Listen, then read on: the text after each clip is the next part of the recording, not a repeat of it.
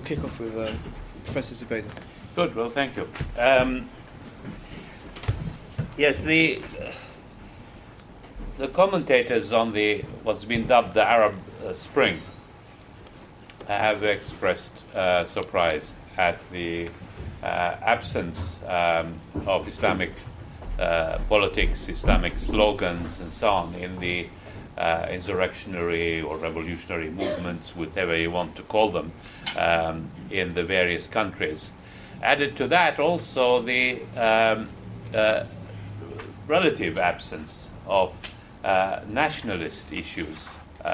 So, in fact, whereas the politics of the region, especially oppositional politics of the region, since the 1970s and even before, the themes of nationalism, of anti-imperialism, of anti-American, of the great problem of Israel-Palestine, all these have been dominant in what's being called the Arab Street. In these recent movements, they have not been entirely absent, but they have not been highlighted, that in fact the issues that have come up are much more general issues of politics to do with liberty, democracy, the end of corruption, the end of repression, and jobs, the economy, services, and so on. So, in fact, it is much more the politics of actual issue, of pragmatic issues against the rulers, against the regimes that have been entrenched in these countries for several generations and had become hereditary.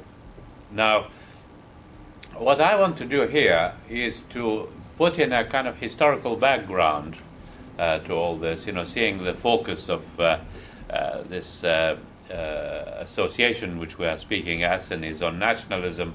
I shall look at moments in the historical development of nationalism and how it relates to these events.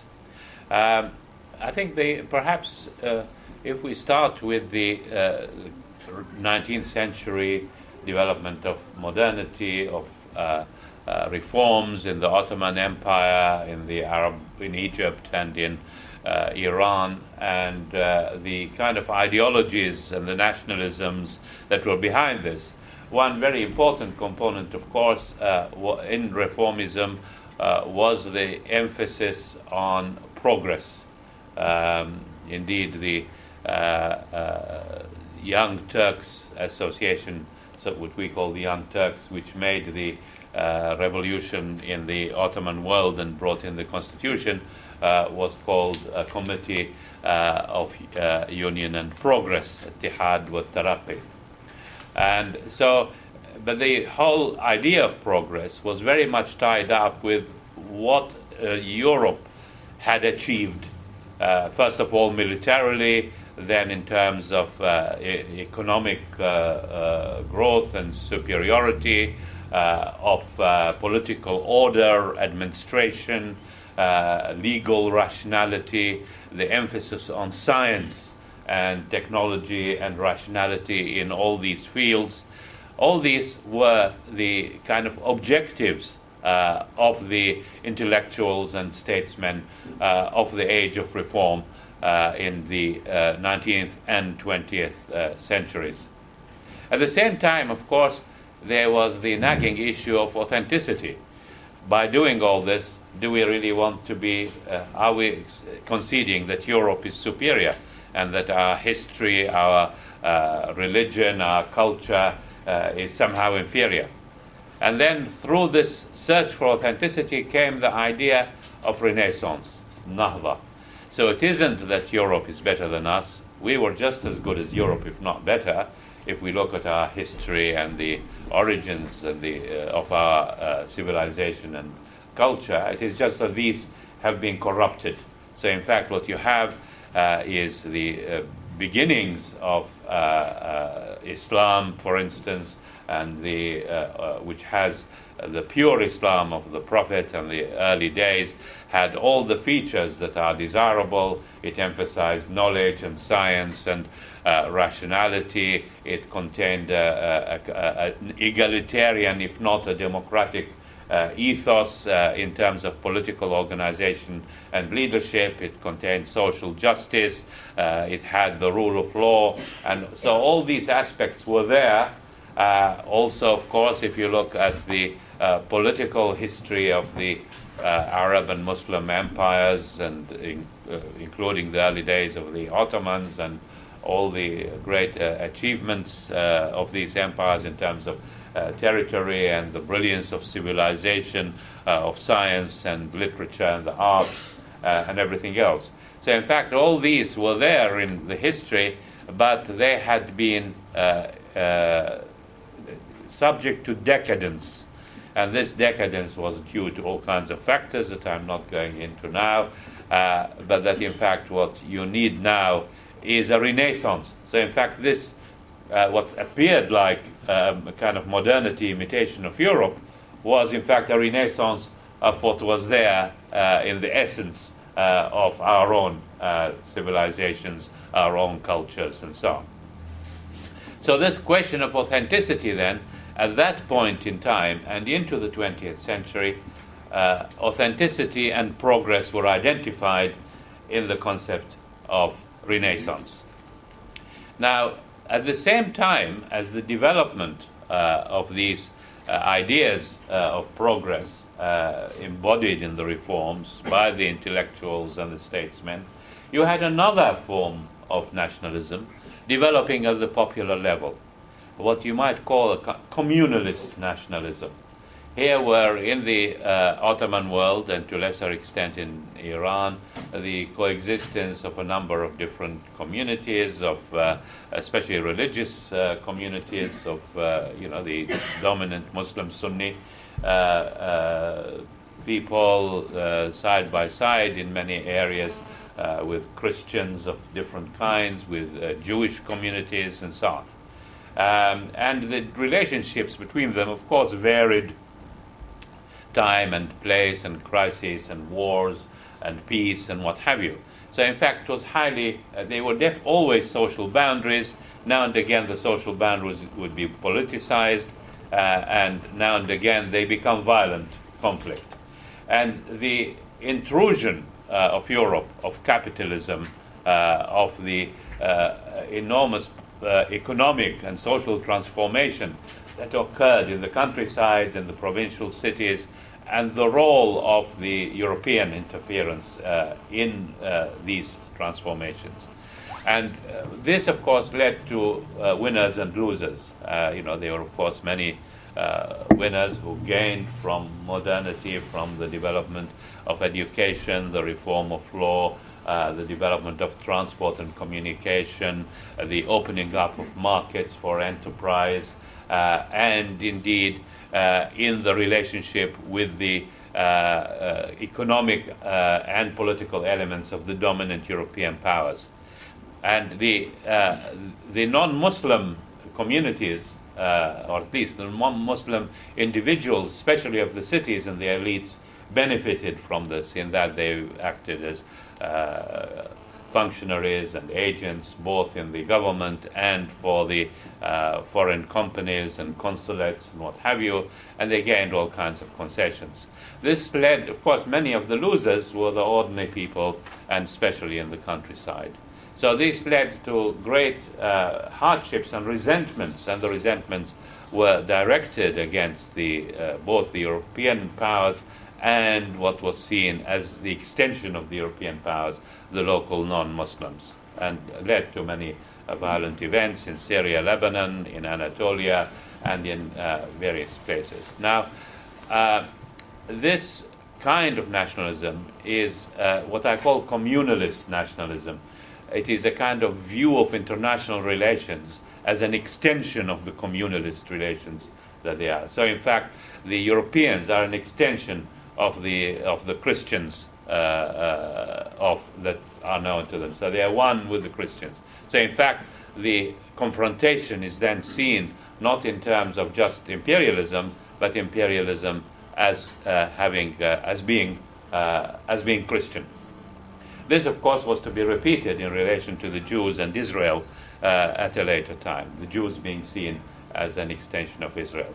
So while you have the intellectual and what Gellner called high culture nationalism of progress, you have the populist nationalism, which is phrased in religious and communalist terms. These people were not necessarily religious in being pious, but they saw religion as what we call an ethnic marker of being what distinguished peoples.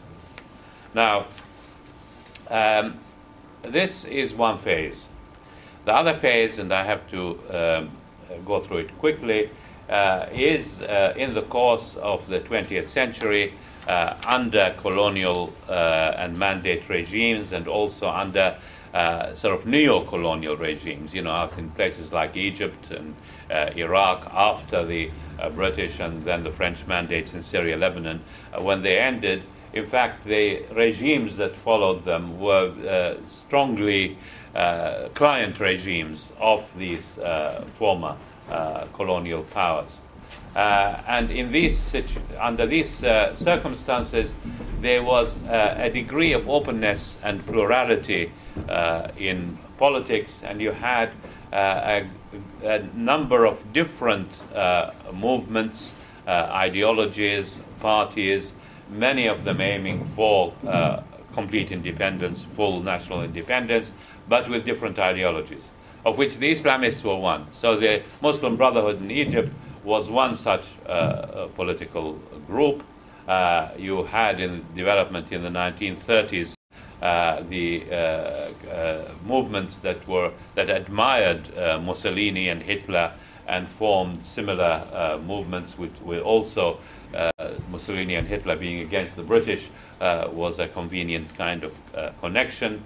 And most of all, of course, you had the development of both liberal and leftist nationalist movements.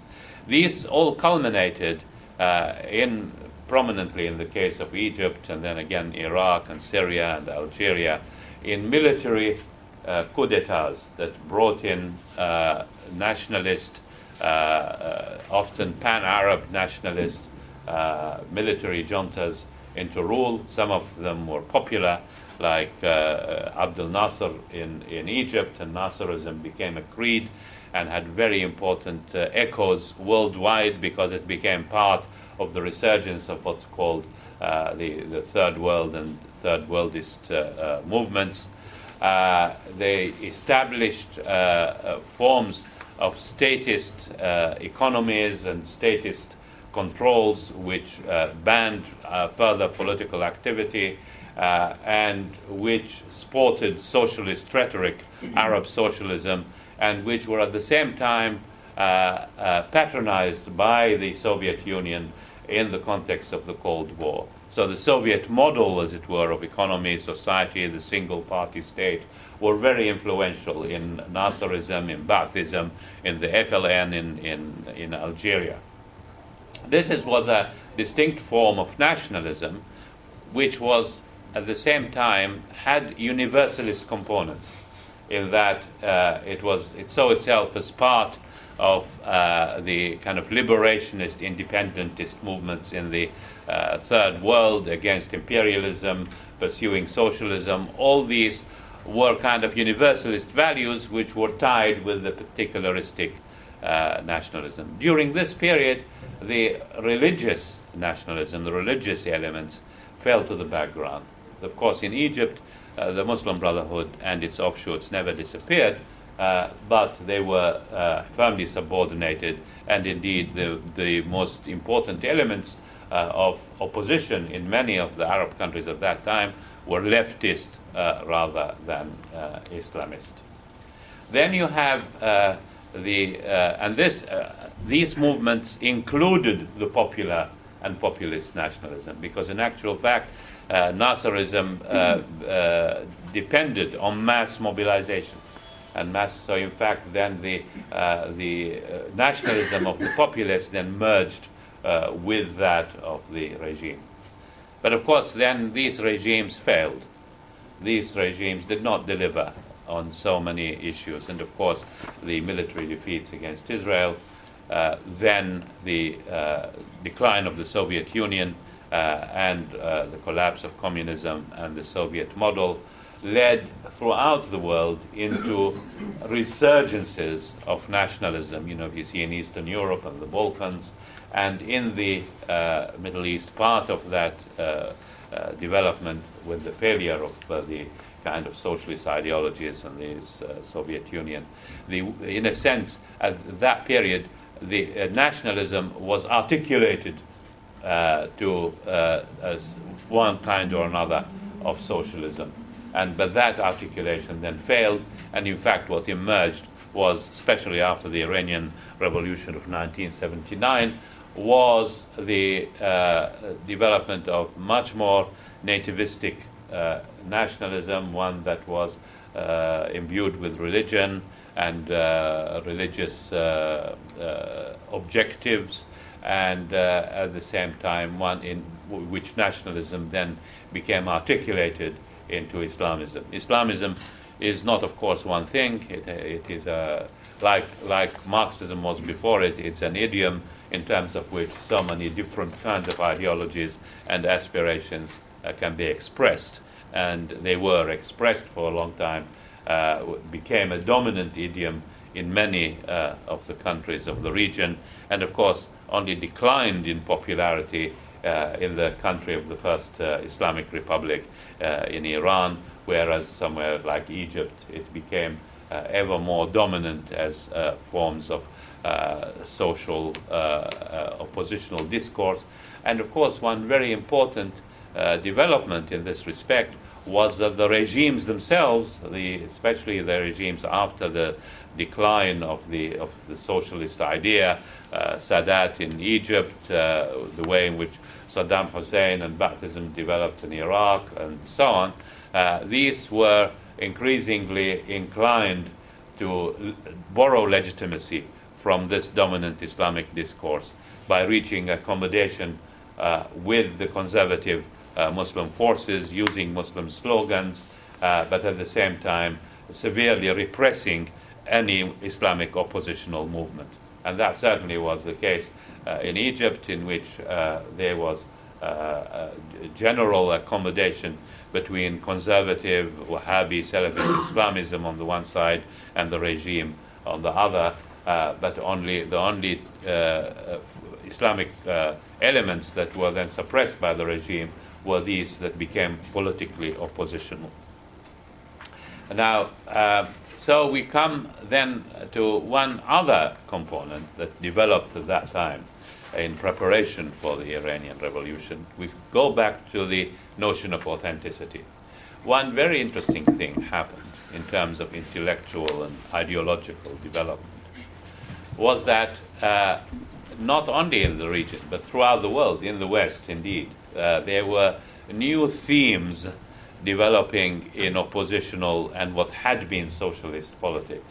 The idea that the denunciation of capitalism, not just on the old sort of Marxist and socialist lines, which is that capitalism exploits workers, brings about crises, and so on, but in cultural and psychological terms. So in fact that was something that started, let's say, or at least one of its starting points were critical theory developed in Germany, the Frankfurt School, Adorno, Horkheimer, and so on, of looking at capitalism in terms of psychological repression, in terms of the way which it colonizes the life world of people through consumerism, through the media, through various kinds of repressing any kind of consciousness of the exploitation of capitalism. Another element of this idea was then specifically in relation to the Third World, were the notions that developed from Sartre and Fanon, the idea of the wretched of the earth, that in fact they look at imperialism as being not only exploitative and repressive and suppressive of people throughout the world, but in fact about cultural imperialism, psychological imperialism, the way in which imperialism then colonizes the psyche and the culture of the people that it dominates. This was taken up very prominently in Iran, but also in other places. So in fact, the kind of Islamic ideologies of Ali Shariati in Iran, of Jalal Ali Ahmad also in Iran, concentrated on these aspects of imperialism and of capitalism. Shariat, and of course gender and sexuality were very important elements in this. So Shariati, for instance, wrote one of his small books, was called Fatima is Fatima, which is upholding the example of the Prophet's daughter and the Imam Ali's wife, Fatima, as an example of womanhood, of being not only caring for her kin and her children, but also being politically committed in the fight against oppression, in being the mother of the martyrs, and so on. And contrasting this image of Fatima with the kind of modern woman that capitalism and imperialist culture is creating, frivolous, dedicated to consumption, to fashion, to makeup, becoming a sexual plaything, that all this was a way not only of oppressing women, but also of subverting the culture, emptying out the culture of its elements. So in fact, this becomes a kind of tool of capitalism and imperialism against the dominated people. And so part of the revolution then is to reject this cultural invasion. Now, this was taken up, the success of the Iranian Revolution was then clearly seen by many of the Arab intellectuals, especially in Egypt, as who were previously leftists, Marxists, people like Tariq al-Bishri, who continues to be an important figure in the public life in Egypt, people like Adel Hussein, who died a few years ago and was also a prominent leftist writer and journalist. They saw the Iranian Revolution as an indication that, in fact, all they've been fighting for all their lives was to give consciousness to the people to rise against capitalism, against imperialism, national unity, and so on. And it seemed that you can do that with Islam. So in fact, many of these people, while not really changing their ideas about what needs to be done on their programs, switched from Marxism to Islam. Bishri is much more complicated in this respect and continues to be to the present day. So in fact then, this notion of authenticity, and whereas authenticity for the previous generation was then identified with progress and with European style progress in the name of the cultural heritage and the religious heritage of the Arab people. This new search for authenticity was based on a rejection of the West, but a rejection of the West in terms of the Western opposition, of the kind of themes that emerged in the 1960s and 70s in the West, the developments from Marxism and psychoanalysis in these respects. Now, for so long, in the later decades of the 20th century and into the 21st century, these kinds of ideas became popular, that in many respects internally... Is that me? Sorry, excuse me. I didn't switch off. I'll switch off now. Good.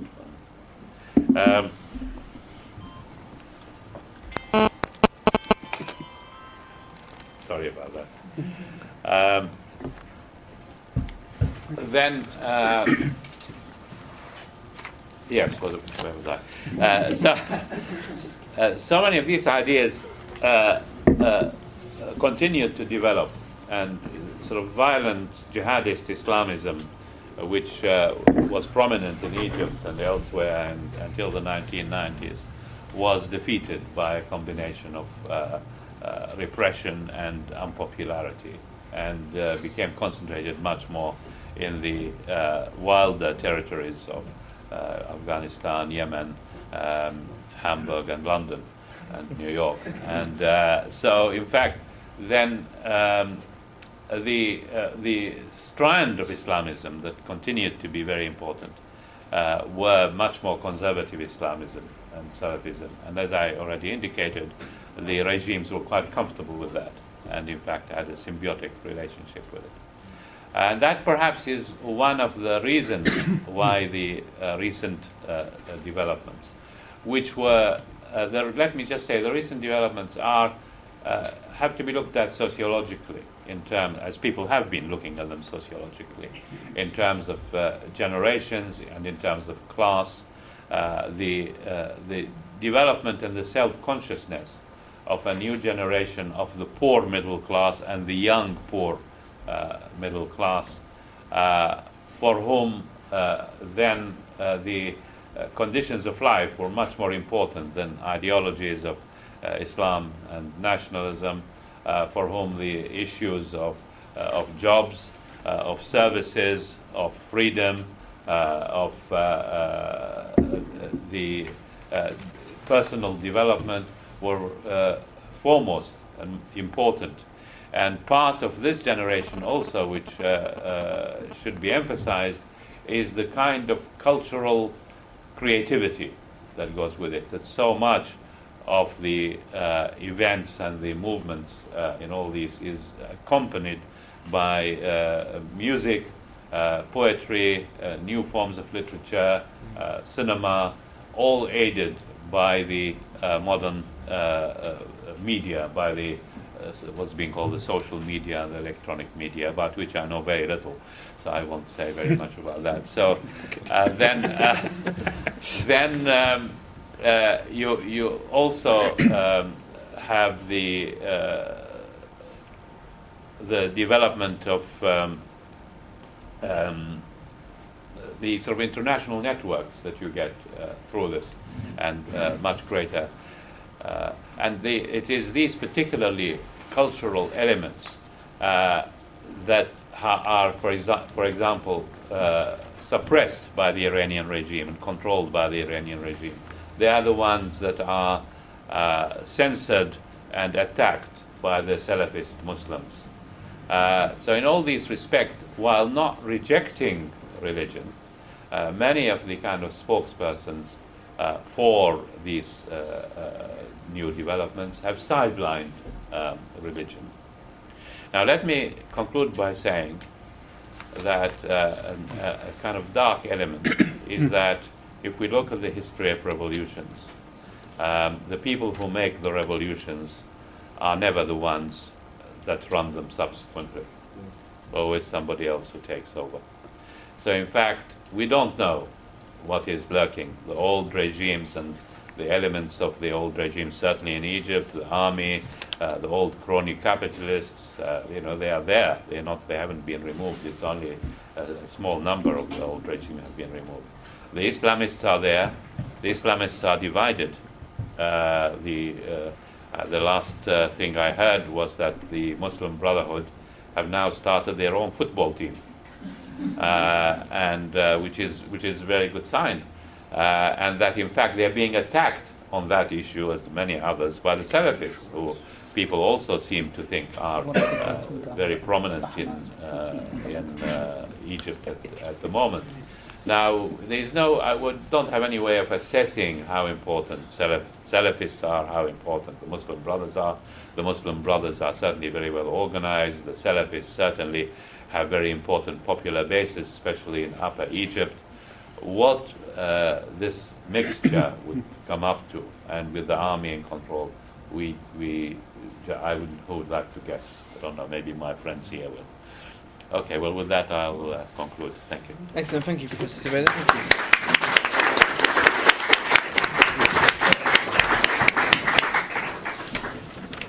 We'll hand over now to Professor Tripp. We'll also have some time at the end of the free speeches for questions, so please hang around if you have any questions. Yeah, I think I'll stand up. It's not because I want to indulge in oratory or put myself up for a statue, but it's easier to see the audience and to get some sense of that.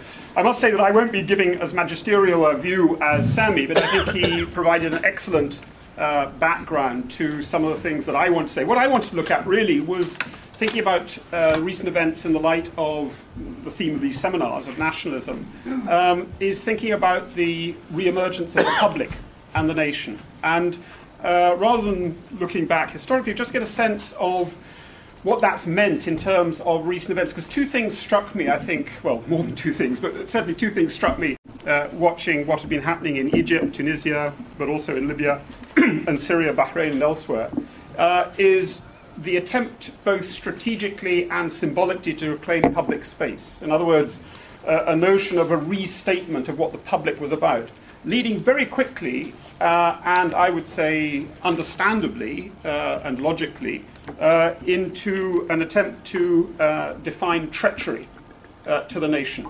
and loyalty to the nation. So, in a sense, what became public manifestations also became a way of engaging with a discourse on whether you betray or whether you're loyal to the nation, different conceptions of the nation, and in a sense largely driven by a contest over what it is to reclaim public space, what it is to, as it were, dominate public space. And I want to just say a few things about that, I suppose, in terms of how that manifested itself. I mean, I think the first thing to think about public space, what seems extraordinarily interesting, and certainly once I had a chance seeing it on the TV and elsewhere, is both the material manifestation of the public space and, as it were, its symbolic resonance. So in a sense, one could argue that one of the distinguishing features of much that one's seen in the last few months has been the physical position, as it were, the physical positioning of bodies in the public sphere, in the public space. It's not an imaginative area, but it has imaginative resonance. But it is this notion of occupying or reoccupying a public space. And I think that one of the interesting things to think about, therefore, is physical space. How is that actually been reclaimed, and how has that shaped the kinds of events that we've seen happening, both in terms of the strategies of people involved in it, but also some of the consequences as well. And when one talks about public space, in this sense, one's talking very obviously and practically always in an urban setting of the reclamation of the public square, the public street, the public space understood. And what's interesting about that is that, in many senses, a determined effort by people across different parts of the Middle East to transform these sites into something that genuinely belongs to the public. When one thinks about only back in December, as it were, of last year, what most of these so-called public spaces actually were, somebody quite aptly portrayed them as the parade grounds of the regime. In other words, they're the places where you enforced conformity, where you enforced ritual humiliation on the subject peoples within the state itself. It's the place in which you made sure that surveillance was very much to the fore, and of course the place in which you put up large portraits of yourself and your cronies to ensure that people remembered who was boss in one form or another. So, in a sense, public space had been not simply all the other resources of the state and of the community, but had been taken over by the regime in all sorts of ways. It had become a site for discipline. And in many senses, what's interesting about the events recently is the ways in which they become turned on their head to be, as it were, a site for mobilizing a protesting public. In other words, it becomes a different kind of site. There's a famous graffiti that came up actually during the events of 1968 in Paris, when one of the features of the urban protest in the events of 1968 was the use made of the wide avenues and boulevards of Paris itself by the people who were demonstrating and rioting, effectively defeating the attempts by the riot police to control them. But of course the irony was, historically, those boulevards had been built by the 19th century French government to use grape shot to mow down the masses. And there was a wonderful graffiti which was painted up on the wall. I'm saying it in English, but of course it was in French, which was, "Too bad Baron Haussmann," who was the person who was the architect of these wide avenues of fire, game, set and match to the rabble. In other words, game, set and match to the canaille. The people, in other words, that were going to be the victims now became, of course, the masters of the public space. And in some ways, one's seen an evidence of that in parts of the Middle East as well. So you have that physical occupation of space, very obviously done in Tahrir and elsewhere, but in Tunis and other places as well. You see the reclamation of public space in terms of what surfaces in the public space become. The walls with graffiti, with slogans, with posters, with, in a sense, the very anti-messages, as it were, of power itself. The defacement of the faces of the powerful became one of the most visible aspects. And I think the ingenuity of the demonstrators in Daraa, in Syria, to manage to burn a bronze statue of Hafiz al-Assad showed the determination of the public when they get their anger up. So I think that there's that sense of reclaiming it. In other words, what was a site of discipline, a site of slogans, a site of domination becomes exactly the opposite. It gets turned into the opposite as well. One could also refer to what Sami referred to before as well, which is a new kind of public space, the public space of the internet and the new media, reclaiming that as against the monotonous sound of the state broadcasting apparatus, of the television, and so on. The subversion of that and the inability of regimes to master that particular part of the public space. What was also interesting, if you looked at the pattern of demonstration and the occupation of public space from Egypt, Tunisia, in fact in Libya at the beginning, before it became a civil war, and in Syria and Bahrain as well, was how the public spaces occupied weren't just random streets and squares. They were squares often in front of the buildings that should have belonged to the public but had been purloined by someone else altogether. Demonstrations in front of parliaments, in front of party buildings, in front of broadcasting stations, in front of, in other words, a whole array of public buildings, in theory, that had been taken by the regime, taken by the non-public, by the private, as it were. In that sense as well. And of course, as one saw in Egypt, it meant demonstrating in front of courts, in front of the press association, in areas, in a sense, that demonstrated the attempt by the public to reclaim it. Of course, it also meant the destruction, the torching of the nominally public buildings, the headquarters of the NDP in Egypt, the headquarters of the Ba'ath in Daraa and elsewhere, the governor's offices, the state broadcasting outfits. Rather plaintively, in a very bad-tempered interview on the radio recently, a representative of the Syrian state broadcasting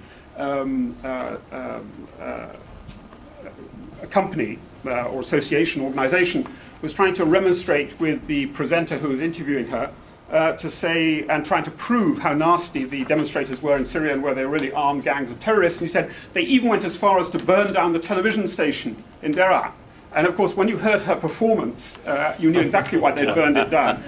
In Syria, they burned it down. In Egypt, what was interesting, one of the key moments in the post, well, at least the post-phony resignation of Hosni Mubarak, was the fact that the people then surrounded the state broadcasting apparatus, so they couldn't actually go on broadcasting any of the messages they did. They didn't actually burn it, but they just surrounded it. They laid siege to it. So, in a sense, a very strong notion, what I'm arguing here, is of the physical public space. People had lived with this, and they knew it had been taken from them. So, in a sense, it was that reclaiming of it, and of course, the ferocious fights to ensure that that was reclaimed by the forces of the authorities, particularly in Bahrain and in Syria, and of course to some extent in Libya as well. So there was this sort of notion of the importance of the physical occupation of public space, but also, of course, the huge symbolic power of reasserting a reclamation, as it were, of public space itself. And the symbolic power, of course, is quite obvious from simply, in many senses, presenting tens of thousands of people on the street. You suddenly say that you are the public. That, in a sense, what the government had once claimed, was no longer the case, that if they claimed to speak for the public, they couldn't speak for them anymore. So in a sense, it challenges it on two levels. One, it challenges it in terms of government control. So in a sense, the very defiance of people out in the public spaces against the curfews, against the orders of the government becomes, as it were, a way of underlining the incapacity of the government, a government already on the skids. And to some extent, that was very much the case in Iran in '78, and one could argue it's been the case here as well. It also, quite interestingly, in many senses, reverses the message of contempt, what the Algerians call hogra, of the way in which government treats individuals and subjects with complete contempt. Somebody sent me quite an interesting video of set to heroic music of the Egyptian revolution, as it was called. But what was interesting was that the whole first 5 or 10 minutes of the video is taken up with random pieces of film, filmed from I don't know how long ago or where, of Egyptians basically being slapped and kicked in the street by different policemen, different kinds of policemen, different kinds of agents of one form or another. In other words, a strong notion that the whole point about the public street was that it was the place for the humiliation, for the rubbing in your noses in the humiliation to the regime, and now it gets reversed. It gets reversed as the place where you humiliate the government, because you've suddenly said that you can stand up, and you've shown that you can stand up, and the government can't do anything about it. So in that sense, therefore, it becomes a key part of the game as well. And finally, symbolically, it's important because it becomes a place in which you represent the people. So in a sense, the notion, and one's seen it a lot in terms of coverage of the demonstrations in different places, the notion that there is a representative sample of much of the people, not just from one age group, not just from one gender group, not just from one ethnic group or religious group, but in a sense a notion that this is the people manifested. But obviously it's represented, but not literally so. So a very strong message going forward that in a sense we represent the people. I don't know about those people in the palaces or in the barracks, but we are the people. In that sense, it's quite reminiscent in Germany, in East Germany in 1989, when there were the famous, what they call the Monday demonstrators, who used to just simply,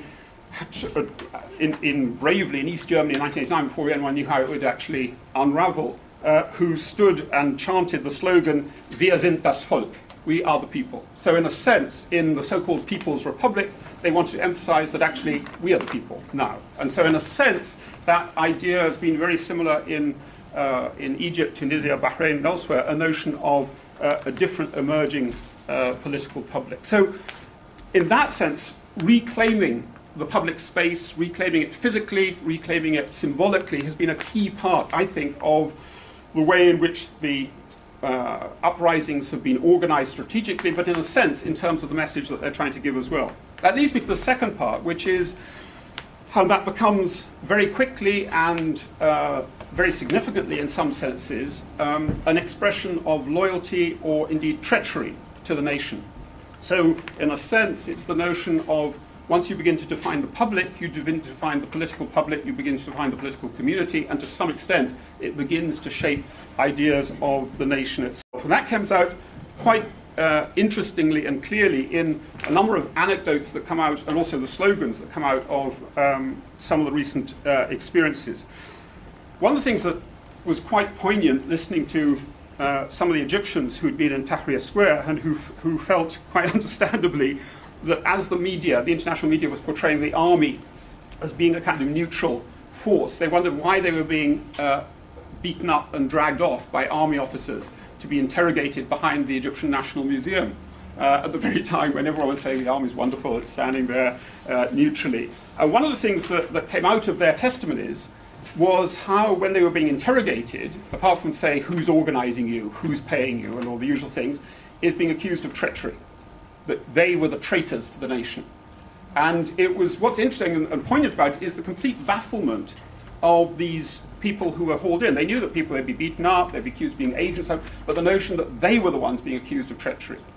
And so in a sense, it's exactly the same you've heard in Bahrain, that anybody who demonstrates the government must be a traitor to Bahrain itself. and serving the Iranian government. The Syrian government has done the same thing, of course, to say that anybody who is demonstrating is a traitor and a Gaddafi and so on. So, in other words, the use of the notion of to assert yourself as part of a political public is an act of treachery. But of course, that also has been turned on its head. And what's interesting in many ways is how that has been reversed, for instance, in Egypt, with now calls to indict Mubarak, not just on charges of corruption and brutality, but of high treason. And equally, of course, how the slogans in Syria change from, in the early days, a rather kind of cynical but funny slogan of "Your time's up, doctor," because of course you know he's a doctor, ophthalmologist, and so on, to now a much more extreme slogan, which is "Bashar the butcher, the traitor." In other words, the notion that he is the one who's betrayed the nation, not the people who are demonstrating against him. The same in Egypt. And it can't help but remind anybody who knows about English history to remember that King Charles I was tried and executed against the charge of high treason against the English people. So in a sense, the notion that it's not the people who rise up who are the traitors, it gets turned on its head in one way or another. So in that sense, therefore, the charge of treason is very much linked to a notion of the understanding of the nation. But the other aspect of this is what I call performing the nation. How, in a sense, the nation is being performed in much of the uprisings that one's seen in one form or another. In other words, you see very obviously in what you might call the theatre of Tahrir, the performance of public unity between all kinds, between men and women, between left and right, between religious and secular, between Christian and Muslim. The famous shots being taken of Muslims guarding Christians at Mass and Christians guarding Muslims during the prayer times, and the slogans of Sheikh and priest both want to see the back of Mubarak and so on. And one's seen that to some extent, the same kind of performances in Syria as well. The slogan of one, Syrians are one, which becomes a repeated chant, in a sense has been part of that performing of the nation, the notion that this is a community. But of course, there have been darker aspects to this as well. One of the slogans that has also been heard in Syria, which is which comes out better in Arabic, which is Alawis to the coffins, Christians to Beirut. Mm-hmm. So in a sense, it was the notion that Alawis, which of course the sect of most of the ruling caste in Syria. So in a sense, defining the nation isn't always necessarily going to lead to one, all are one, but obviously has also led to notions of what kind of nation is it, what kind of definition, and in that sense, Christian and Muslim may become part of it, and one's seen that in Egypt as well.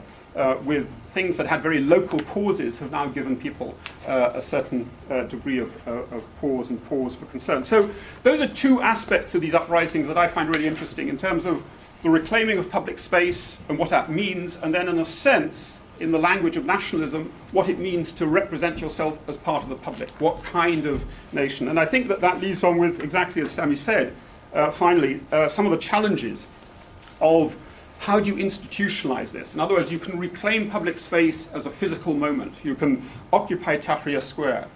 You can defy the government. You can, in a sense, demonstrate, if you get away with it, and the government doesn't massacre you, you can do much of that. But the question is, how do you institutionalize it? And I don't know whether Nadim will say it, but certainly I spoke to people who had been in the famous occupation of Place des Martyrs in Beirut in 2005, a time when, as many of the people who were on the square said, they met people from parts of Lebanon they'd never known before. They felt there was a sense of Lebanese unity and Lebanese solidarity.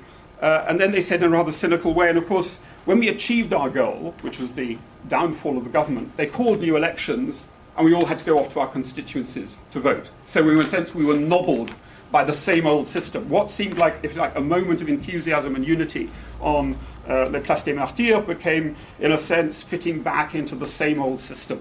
And to some extent, certainly in Egypt and Tunisia, one can't say yet about Syria or Bahrain or Libya, but certainly in Egypt and Tunisia, there are clearly those concerns. The first is obviously whether the public, the notion of the public as an idea and as a manifestation doesn't fragment, as it's bound to do. So in a sense, different notions of what's important here. The second is whether the impetus to maintain public occupation of mass occupation of public space can ever be maintained. And again, what one's seen in Egypt and to some extent Tunisia as well is the diminishing enthusiasm of that, and of course the ruthlessness of the authorities in making sure that it doesn't take off in any obvious way. But finally, and probably most importantly, is thinking about how do you institutionalize public power when the public institutions are already staffed by people who are long, as Sami said, practiced in manipulating them. The military, the economic elites, the bureaucratic apparatus. They're the ones who are within the public institutions. So if you reclaim the public institutions, even if you seek to make them more accountable, the problem is that that public, that moment of enthusiasm, cannot easily be recreated. And I suppose to finish on, about a week ago, there was a conference called, or a congress, if you like, called by the Egyptian government, called the First Conference of Egypt. It was called The People Defend the Revolution, and it was attended by some 3,000 or 4,000 people, huge attendance, with practically all spectrum of opinion represented there. And of course it was an attempt to, in some senses, give a voice to what had seemed like the solidarities of Tahrir and elsewhere, to try not only give it a voice, but give a shape to how does one imagine the future of Egypt as well.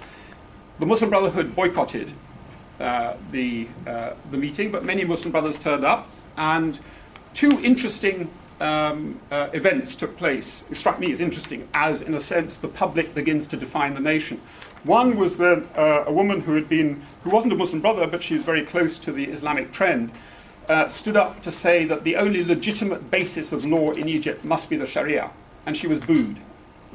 And that's quite interesting. She wasn't booed by the whole thing, but it provoked a huge dawsha, as they say, a huge discussion within. That is a notion of people who thought that that was absolutely the wrong way it should go. So in a sense, you can see that's one way in which I think Sami has talked about before, the way in which a view about the law, what is to be the public law, the basis of the public law, is going to be a key question. But the second thing that achieved both boos and cheers was when somebody stood up to say they must renationalize the privatized industries of Egypt. They must reverse the whole marketization, economic restructuring of the Egyptian political economy. And that also was booed by some and cheered by others. So what one could say there, that again, if you're redefining the public in terms of define the interests of the nation, is it to be a class-divided public? Is it to be a class-divided nation? So in a sense, we have both questions of class and religion, which inevitably will come up in terms of the definition of the nation that comes out of a notion of public debate. Excellent. Thanks a lot, Charles. Thank you.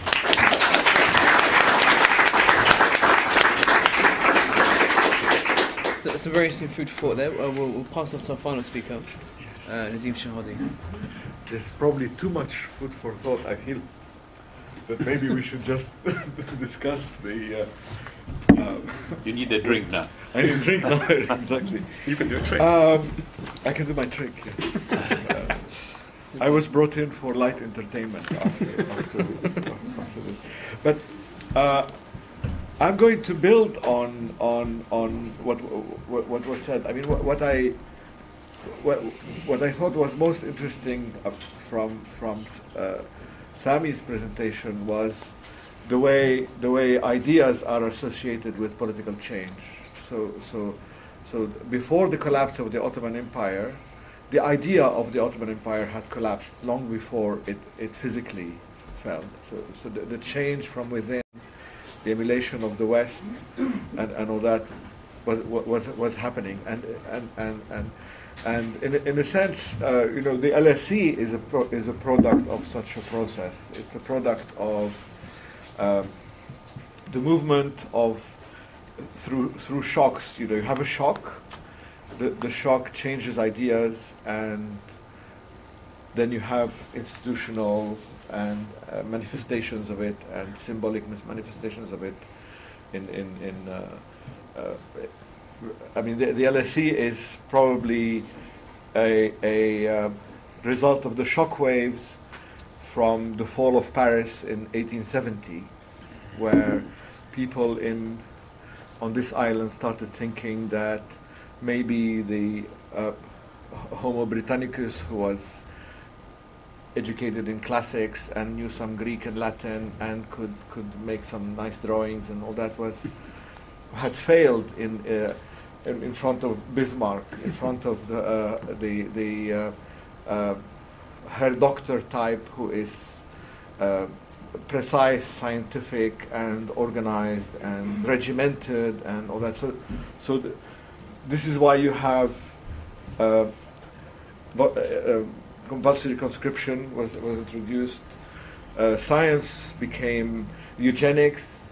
Science was the buzzword. This is the London School of Economics and Political Science, and it was created by people who were Germanophiles at the time, who were part of a group who looked towards Germany, and so was so this is what I'm what I'm going to try and interpret the revolution that's happening now as what is the impetus that changed ideas that caused the collapse of these systems.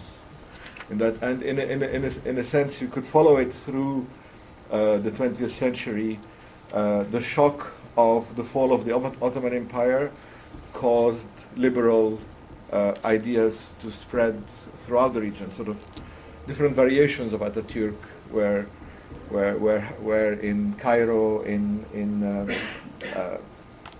Damascus, in Baghdad, in Tehran, and all that. They were building opera houses. They were trying to become Western and at the same time. And the shock of the creation of the shock of the failure of these systems in 1948 also manifests itself. 15 years later, you will see that the Nasser model prevails. The men in uniform, colonels who had come to power to overthrow the lackeys of imperialism who had failed in 1948. And the legend is that Abdel Nasser thought of this when he was withdrawing from Fallujah near Gaza, that what had failed it was not a victory for the Zionists, it was a failure of these corrupt regimes that were pro-Western. So the society he developed, the Arab nationalist, socialist, or was an antithesis of it, and after the shock of '67, you also see 15, 20 years later the rise of gentlemen with beards and with turbans. The pictures you have of the Iranian Revolution, of the Mujahideen, of Hezbollah, of all these, the iconic picture of the Muslim brother who assassinated Anwar Sadat in '81. So the shock provokes change, but it takes time and it's different in every place. But the idea sort of fell, and the consequences are a combination of manifested. I mean, it was brilliant the way Charles presented it, because all these symbols are directed against that idea that fell in a sense. And I've noticed amongst my friends and colleagues that a lot of us, I'm included in that, because this is so new, it's now in progress, and we're all confused, and nobody predicted it. We try and find in it a vindication of our own, of what we believed before. So we saw. I mean, you've seen people writing that this is a proof that Arab nationalism exists, that there's a connection through culture, through language, through religion, and that what happens in one happens in all the rest. You've seen that this, a very good article actually, but which is very well argued, that this is a revolt against neoliberalism, and that this is a revolt against the puppets of the United States, that this is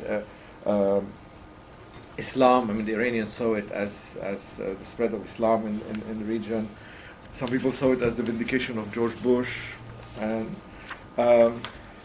I think there is truth in all of these, but I would like to say that the idea of these dictatorships collapsed with the fall of the statue of Saddam Hussein. That the fall of the statue of Saddam Hussein demystified those very powerful regimes that controlled all your life, where even if you're 5,000 miles away, you can't think, you can't joke, you can't trust your friends, you can't. It was so the vacuum created and the shock of seeing it collapse was is part of the components of the fall of the idea of a dictatorship. And now, to be a good dictator, you have to establish several things. You have to show that you are indispensable. You can create problems that only you can resolve. You have to show that you're irreplaceable. You do that by basically preventing any opposition from emerging. So you empty society from political, except for those that serve you. So you allow Islamists because you can scare the West with it.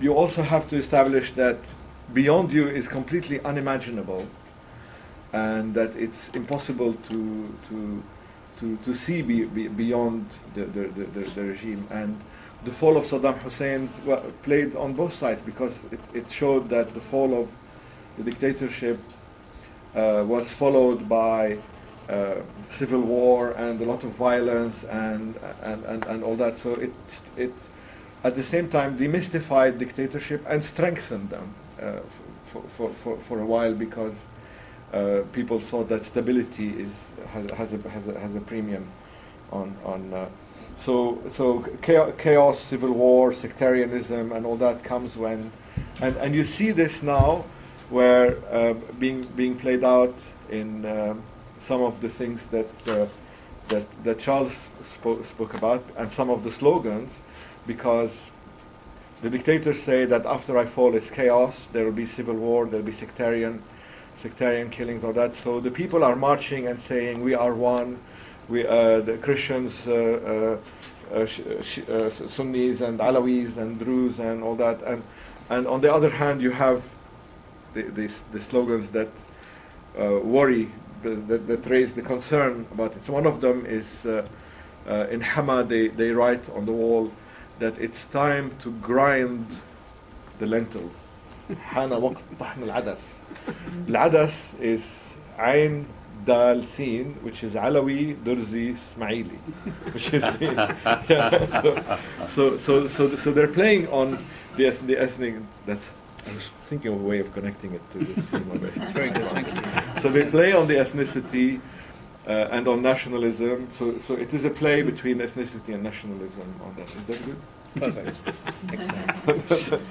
Now, to be a good dictator, also you have to cement all this with an atmosphere of constant fear, of people looking over their shoulder, worried that if they say something wrong, they won't have dinner, they won't get invited to dinner later. Or so, in a sense, power is a bit abstract. Power is at its strongest when you don't have to exercise it. So if you've established that you're indispensable, irreplaceable, that beyond you is unimaginable, and everybody is afraid and all that, you don't have to arrest people, because people are so afraid. There's no opposition, and you go to these countries and you find that it's stable. People love Bashar al-Assad, they love Ben Ali. It's very quiet. They're secular. So these regimes give the wrong signals, in a sense, because because obviously they were not so strong if they are collapsing one after the other. So in a sense they put up a smoke screen and to prevent you from seeing beyond them. So now if you look at articles on Syria, they are full of that smoke screen. And the speeches of Gaddafi, of Mubarak, where that it'll be chaos after me, it'll be Al-Qaeda, it'll be the Salafis, sectarian civil war, it'll be like Iraq, like Lebanon, like all this is to prevent us from seeing beyond, because the minute we can see beyond it, beyond that the idea will fall. And now, it's difficult to predict, but I'm going to play a trick on you. You see, those systems are, some of them are very rigid, like this pencil, and some of them are able to bend, like this bottle.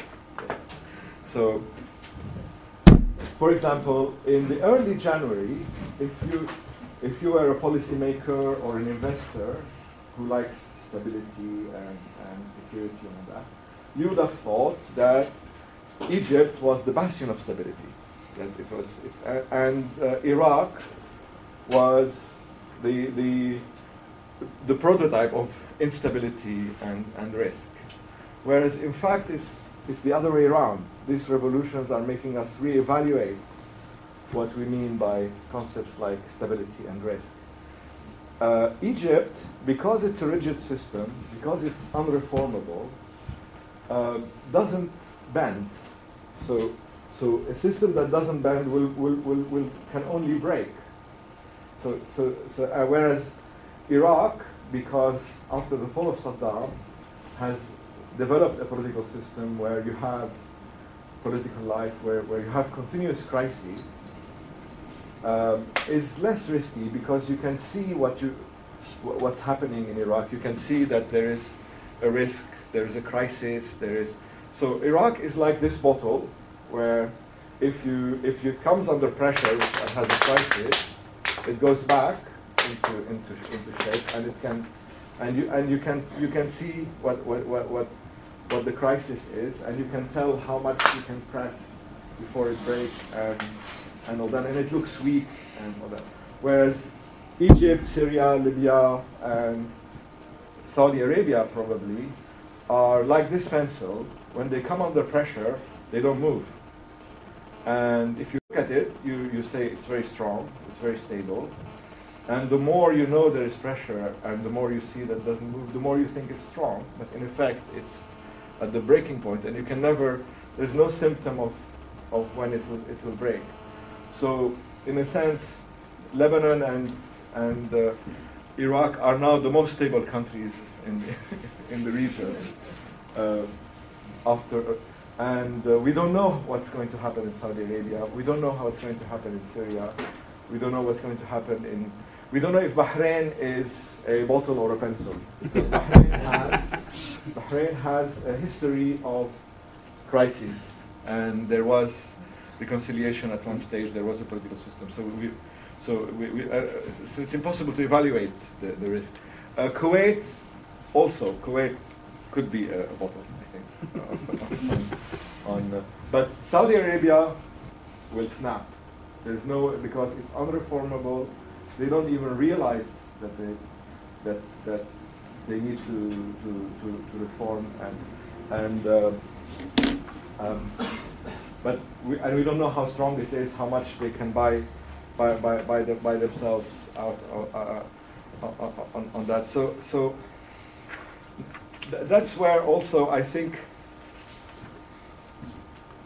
the questions that are arising from this is, how do you know whether a system has reached a point of no return? This is a very important question. How do policymakers know when to tell Mubarak to leave? You saw the hesitation. They sent an envoy, and the statements were ambiguous for a while, and then they said Mubarak has to leave. So at one point, there's a decision that the idea is gone, that there's no way you can recover from that that it's broken, and then once you decide where that point is, I don't like the word tipping point, but when you decide when you reach that point, it becomes a matter of time and cost. So, for example, now some people say that Syria hasn't reached that point. That basically Bashar al-Assad can be a reformer, and most of the statements we see from the West are saying that Bashar has to reform, and they are a bit ambiguous. We're at that stage where policymakers have not decided that Syria is broken, and there's a huge smoke screen about Syria in the articles, in the discussions on Syria. It's very, very frightening. We cannot see beyond what will happen, and we cannot understand whether he's broken or not.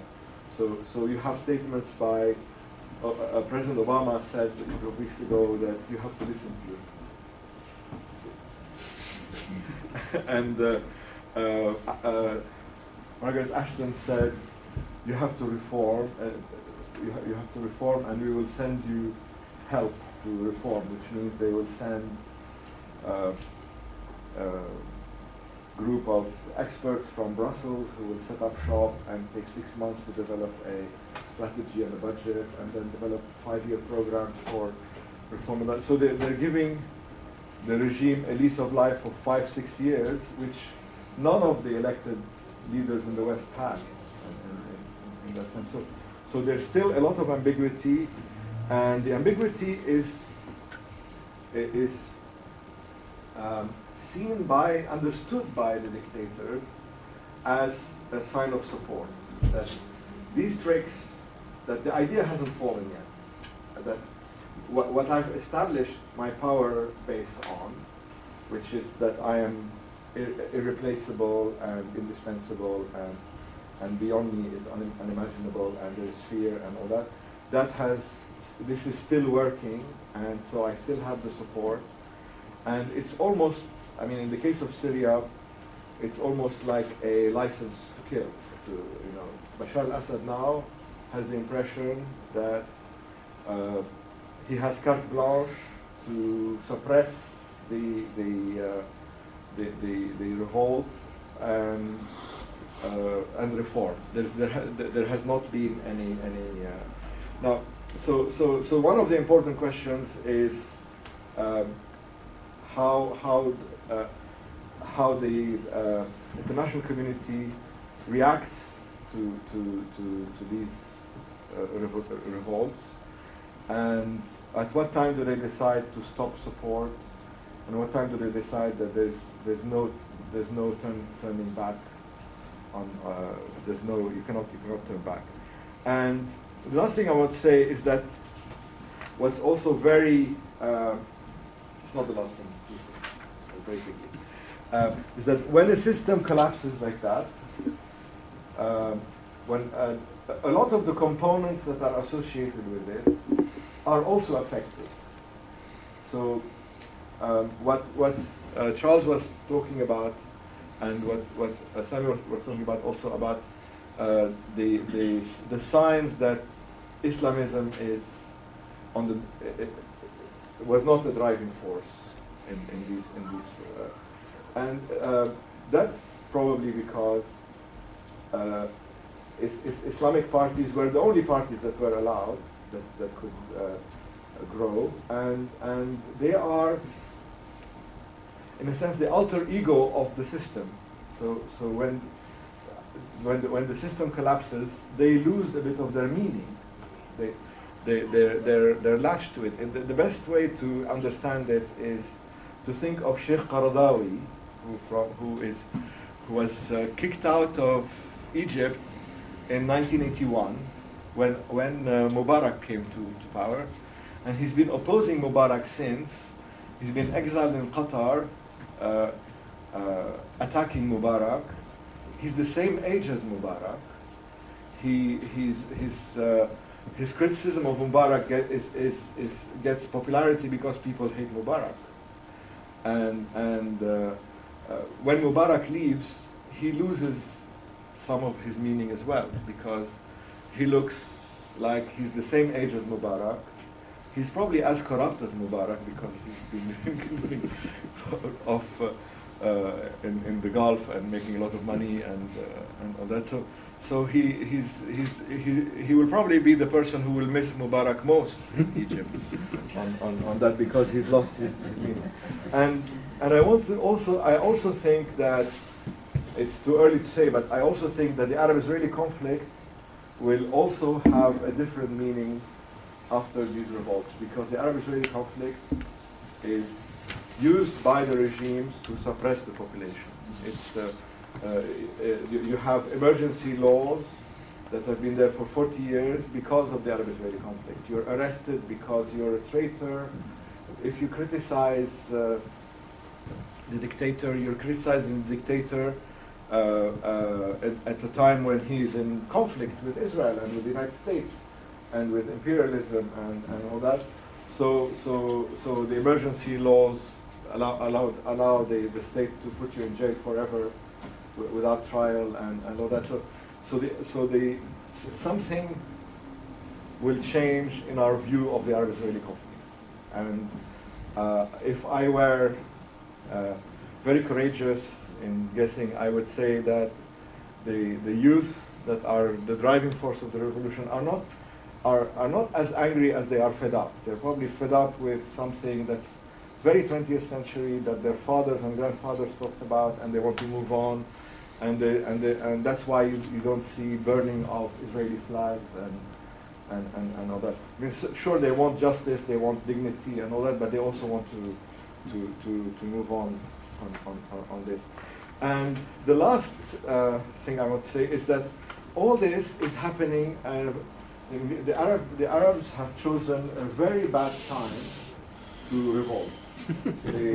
Their timing is not very good, because they chose to revolt at a time when the West has given up on democratization, when the contrast between, say, 2003, the ideas that were driving policy in 2003, where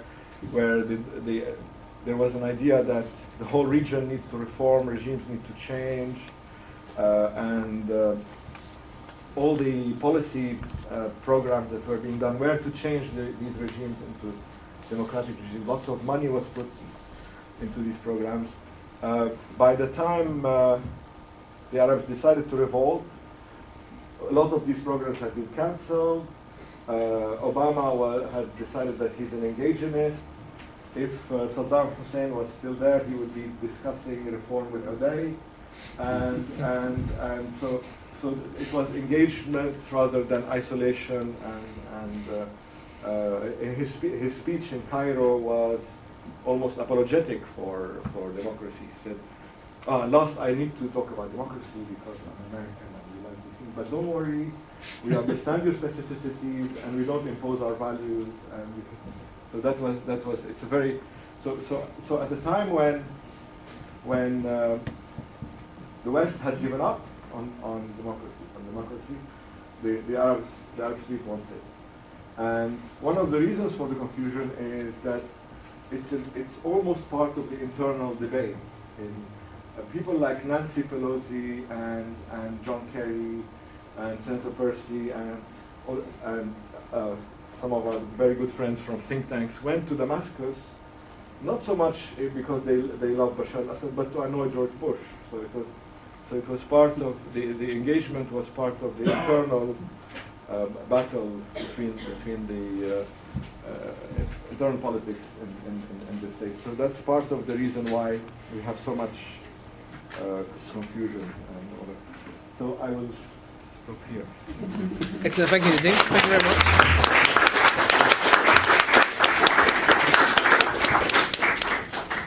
I think now we have a few minutes of questions, so I won't waste any time. I'll just turn it over to the floor. So if I go to the young man at the back there, please. Yeah. My question is for all the panelists. Do we have enough elements to assert that a dictatorship that is heavily supported by Western governments, and the United States in particular, will collapse sooner In other words, is it because both Ben Ali and Mubarak were supported by Western governments that courtesy obliged them not to unleash their tanks and their jet fighters on their own people, whereas in the cases of Syria, Libya, or Iran, being a pariah state gives you more leeway to do whatever you want? I think there's a strong element of truth in that. The only difference would be Bahrain, where, in a sense, the strategic importance within that same configuration of Bahrain has meant that the reaction to the appalling violence that they continue using against protesters has been very, very muted. And it's not coincidental that the Fifth Fleet is there. But I think the point you're making is absolutely correct, certainly in terms of the Egyptian military establishment.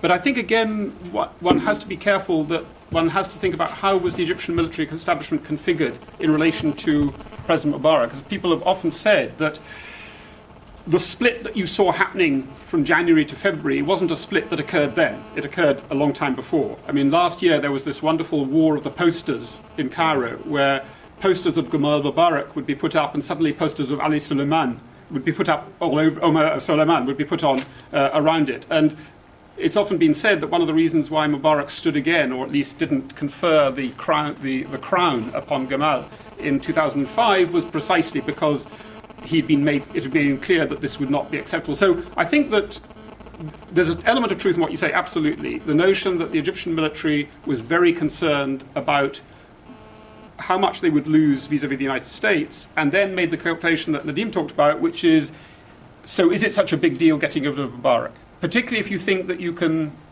then rig the game thereafter, which is what they're trying to do. Tunisia was slightly different, but again, one could argue that there was a split between the army and the presidency and the presidential apparatus, which made that easier to concern. But I think that I would take your point very much, that there is an element of truth in that. If you are already a pariah, so what? Saddam Hussein used that for a long time. So what? And you got away with it. No, I would concur with that. But to add that, of course, there's the element of the nature of the regime. That, in fact, when you look at the Assad regime, it is much more solidary. That, in fact, and based on family relations, in a way in which Mubarak wasn't. That, in fact, in the Assad regime, you have the high military command, the security services, the presidency, the whole political apparatus is all headed by either family or people whose fate is very closely tied up with that of the president, which is quite different, as Charles indicated, from the much looser arrangements in the Egyptian and the Tunisian regime. But there's one thing that goes against this, in that the regime that's gotten the most support from the West is the Syrian regime. The statements that they were very quick in abandoning. Which regime? Sorry. Syrian. Syrian, yeah.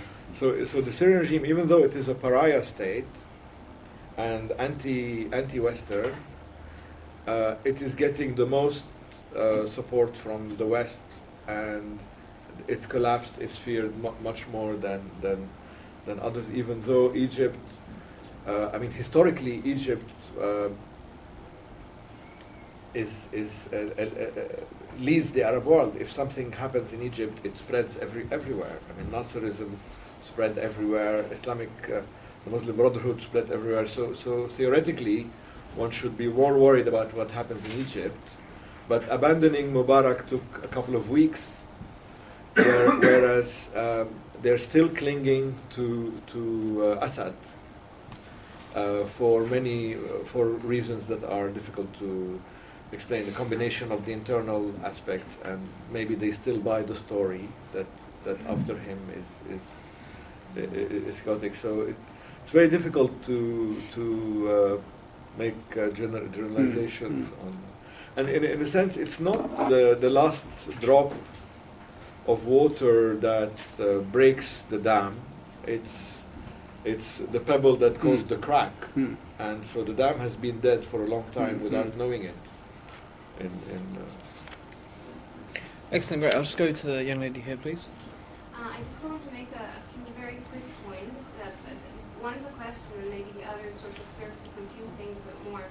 Firstly, that naturally the Tahrir was very symbolic. I mean, it was Suez and Alexandria that fell first, and then the Suez and Alexandria sort of came back into Tahrir, and that sort of gave us a sense that maybe revolutions happen on the periphery, and then the capital is just a symbolic center. So probably by the time Tahrir was growing strong, Mubarak had already fallen. It was just a question of which scenario we would get. That's one thing. The other thing is, the Muslim Brotherhood, besides the fact that there are probably factions between the Brotherhood itself, there is definitely a difference between how the young generation of the Muslim Brotherhood operates that were in Tahrir and the older generation. And the young generation were part of a coalition that developed in Tahrir, a coalition of the different sorts of parties' representatives. And when it came to the referendum, for example, the stance that the coalition took was that they were for being against the referendum. And they took that stance even though the Muslim Brotherhood youth were for it. But because they were part of this group and the vote was against it, they became part of that. And they stuck to the vote and they didn't pull out of the vote. So that's something that's worth considering. And then finally, in terms of institutionalizing public space, there's a battle right now where the army not only tries to sort of physically control and retract freedoms, but also rewrite the narrative of how the revolution happened. And they're doing it through sort of saying that in the songs, etc., but also physically through erasing the graffiti in the streets, and the graffiti artists go back down and they erase them again the next day, and so the graffiti artists try to sort of mobilize more graffiti people that go out in one day, etc. And then also what they've done to Tahrir on the 12th of April after they arrested everyone after sort of forceful removal.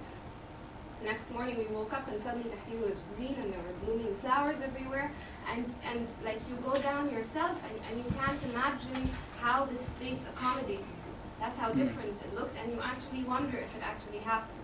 And so the only hope for the institutionalization, not only of like reclaiming public space, but also democracy, is from below. In my belief, it's in the Ligan Shabiya, the popular committees that developed on the 28th of January when the police pulled out, have now politicized, and they exist on the level of communities in Cairo, but then also in governorate. And these are sort of questioning ideologies. What's the difference between a liberal economy and a socialist economy and an Islamist economy? And how important it is to sort of figure out for themselves what politics means rather than following the intellectuals. So I think so long, or the way we're trying to think in Cairo, so long as we stop worrying about how things look on a structural level, let Musa come, the army will leave eventually, but they have to learn how to be accountable and transparent. That's what people are pushing towards, while we sort of cultivate this democracy from below. And then finally, the question is, how can academia be sensitive to all that? I mean, on an activist level, what we're trying to embrace in Egypt is we don't know what's going to happen next, and that's a good thing. We shouldn't pretend to know, and we shouldn't try to structure things based on the history of revolutions of the world. But how can academia be like that too? Open up questions rather than trying to analyze things and sort of set in stone what this means with all the retroactive predictions. It's important to know that when people went into Tahrir, they had no idea what would happen. They had no idea what would come, and what happened was like beyond anyone's expectation actually. But in retrospect, it's made to look like cause and effect, as social science does with revolutions all the time. Yeah. So how to preserve this sort of unthinkability and unpredictability, which could actually lead to positive results. Who would like to take that first? Well, I too applaud the sentiments and the aspirations. I'm not sure what academia can do in relation to that, except wishful thinking.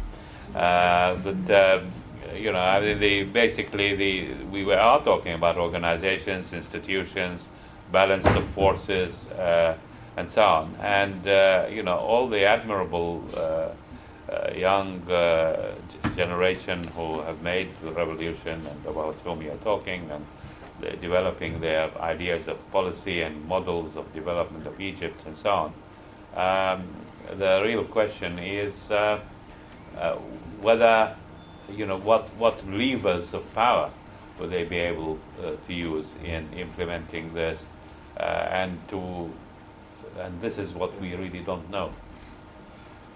Can I just say that the point you made about local power or local movements, I think is hugely important, because in a sense, one of the things that many people found baffling was why Tahrir, as you said. It wasn't just Tahrir, it happened other places, but actually it's been happening for the last 10 years in quite unconsidered places where there wasn't a jazeera. You know, you think of the number of people who died in the last 10 years in Egypt over land disputes, which is the implementation of the reaffirmation of private property and land. I mean, each year, 230, 250 people like that. When you think of the labor unions and the movements in Mahalla and elsewhere, and in a sense, what one's looking at is exactly that. Very interestingly, and I think quite significantly, there was a famous French, or two famous French counterinsurgency imperialists. Lyoté was one of them, who talked about the tache d'huile, that is the oil spots. And their recipe for counterinsurgency, which was enthusiastically taken up by Petraeus in Iraq, was that if you join up the oil spots, then you have a stable place. So you've got to encourage the growth of the oil spots, the tache d'huile, and then you join them up and you have and you could argue that one of the interesting patterns that's come out of what's happening in Egypt, and to some extent what people are trying to do in Syria, is the oil spots are joining up, but in a sense, insurrectionary oil spots. So in a sense, it's a different notion. What can academia do about it? I think the point you made actually is very significant about the erasure of collective memory. And I think that I've seen some extraordinarily interesting archives being compiled on the web and elsewhere about Tahrir, the documentation project and so on, which is in a sense to retain a notion. It seems rather retroactive, but actually it is about the ensuring that the historical memory, which becomes an instrument for the future, isn't just in the preserve of the guardians of memory and the official public institutions, which are now taken over by the army and elsewhere, that they become much more diffuse and diversified. Whether academics have any recipes for these things, I'd be very wary about. I mean, the image of a group of, no doubt, academic bureaucrats going to Damascus and setting up shop to tell Syria how to reform, it's as bizarre as when Tony Blair decided that one of the problems in Basra was the problem of local policing. So he got people from British police stations and he put an officer in each local police station in Basra. And of course, mayhem ensued. But you know, one couldn't. Not only they didn't speak the language, they didn't know it. But you imagine if you took police officers from Derbyshire and put them in the Met, you know, they'd be isolated, boycotted. They wouldn't have a first idea what's going on. So again, I think we have to be very, very modest and cautious about that. But the notion of what academics can do in terms of complicating historical memory seems to me extraordinarily important. There's one thing. I mean. Eugene's thesis was about the rural origin of America. That's right, yeah. But that's very, very interesting concept. But there's just from my experience in the last week, I can tell you, I was in Eastern Europe. I was in Sofia, and the experience. It was about the experience of Eastern Europe in transition. On that. And when I spoke about the line, the line that if it's crossed, then there's no turning back, and how to evaluate it. East Europeans understood it immediately. I didn't have to explain it. That once you mentally break away from the idea of the dictatorship, then there's no way back. They instinctively understood it, even though they don't know the facts. So it's the difference between information and understanding. They understood it, but they don't have the information. Whereas when I speak to Americans or Westerners who have no clue what it is to live under Saddam or under Bashar al-Assad, this line, the crossing of this line is much more difficult to explain to them. And in Eastern Europe, I think academics can help a lot, because there were discussions about their experiences and how they compare, and the lessons learned are very useful. I mean, I was with the Prime Minister of Bulgaria, who was the Prime Minister in '91, and he was having a discussion with the Tunisians, and it was fascinating because in '91 Bulgaria had 70 or 80 parties that were developing after the collapse of and they had no strategy, they had no communication, they didn't know what they were doing. It was complete chaos, and 5 years later the Ancien regime came back stronger, and then they had to redo the revolt again and get rid of it, and then it comes back. And same thing happened in Ukraine. I can't pronounce his name. They got rid of him in 2005, and he came back in 2010. So academics can help. I think you should get. There's there are lessons to be learned from other experiences. Like in the case of Bulgaria, how to avoid mafia rule. Mafia rule, yes. Let's go to the lady here, please. Yes, maybe a comment linked to a question. I think academia has a big job to do here. Does it not? Can't hear, sorry. Who has a big job? Academia has a big job. Does it not have to do with the way we think the revolution, like to break this chain of cause and effect? And I was wondering, through all the three talks, actually, resonated a vocabulary that was solely based on the Western European experience of revolution. Oh, I heard that before. And you were arguing almost from a split that already assumes politics is separate from religion, or assumes this separation between religion and politics. When you, JavaScript, discussed or mentioned public space, where were the mosques? The mosques, from what I saw, played a big role as a social institution in this revolution, as did prayer, for instance, in confronting weapons.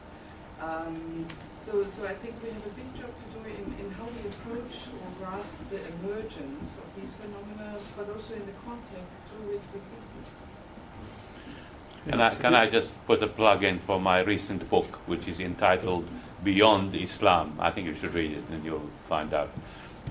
Well, there's two ways in which the mosque becomes important in the Egyptian case, particularly in terms of public space. One was the notion of the mosque as an assembly point where people would debauch and therefore create, in a sense, the occupation of a non-religious public space. It wasn't actually happening inside the mosque. But the other interesting use of the mosque was as a clinic, as a field station, as a hospital, where anybody could go. So in a sense, it became a public building that one could protect, and to some extent in Daraa, the same thing. So there is a notion in which you could argue that the religious specificity of the mosque becomes irrelevant in such a case. And I wouldn't at all say that the notion of religion and politics is separate. It's part of the fabric of it. And I think one talks about one's own history as well here. So I think that in that sense, public space is, what I was trying to get across is public space is the spaces that have been occupied by the regime in the name of the public, but not actually occupied by the public. And so what you see is a new public emerging.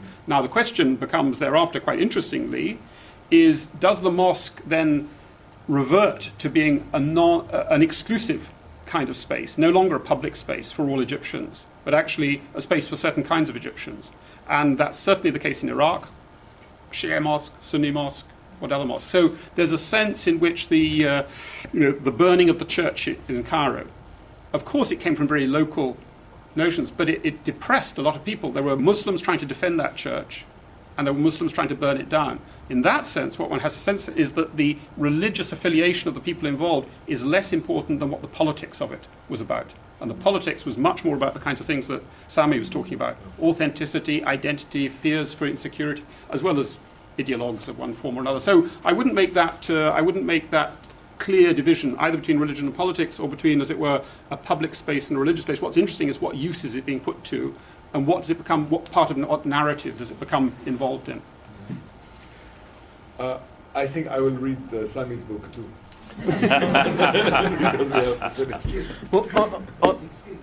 No, sorry, we really have to finish. We've run out of time, unfortunately. Just one very brief question, because I don't know about this. So far as British establishment's response to Syria is concerned, I think I'd like to know what is the role played by Mr. Wafik Saeed and Mr. and Mrs. Patrick Seale in the media or anywhere else, if you know. For what? In interpreting this Syrian situation to the British government. Well, Patrick and Rana have completely different views. So they cancel each other, yes. In the previous occasion, Patrick Seale used to interpret the Syrian situation in the British media. Yeah. And Mr. Wafik Saeed has, I believe, quite a bit of pull with the present British government. I don't know. I mean, I know that he's regarded as a benefactor. This is not probably LSE, maybe not the place to talk about Middle Eastern benefactors. I thought I was going to try and avoid this particular topic, but or North African ones. Or not. But there is a tendency, as you quite rightly say, that one of the features that one always has to be wary of is the tarjuman. You know, the dragoman, the person who interprets, because they come from the area, they interpret the area for you. And that led, so I'm not saying one particular person or anything, but it does let yourself open to some very bizarre understandings. You think about how America was informed about Iraq through Chalabi and other reliable characters who had their finger on the pulse of Iraq itself. Well, equally, there are people with their own axes to grind. So I think that happens everywhere. But the point to be made, I suppose, is actually the point made by a colleague on your right, which is that if the only people that any of our governments listen to are the people that they recognize as authoritative because they look like them, in a sense because they're plugged into the connections, then they're going completely wrong. In a sense, the people who understand it are the people who understand local politics and things.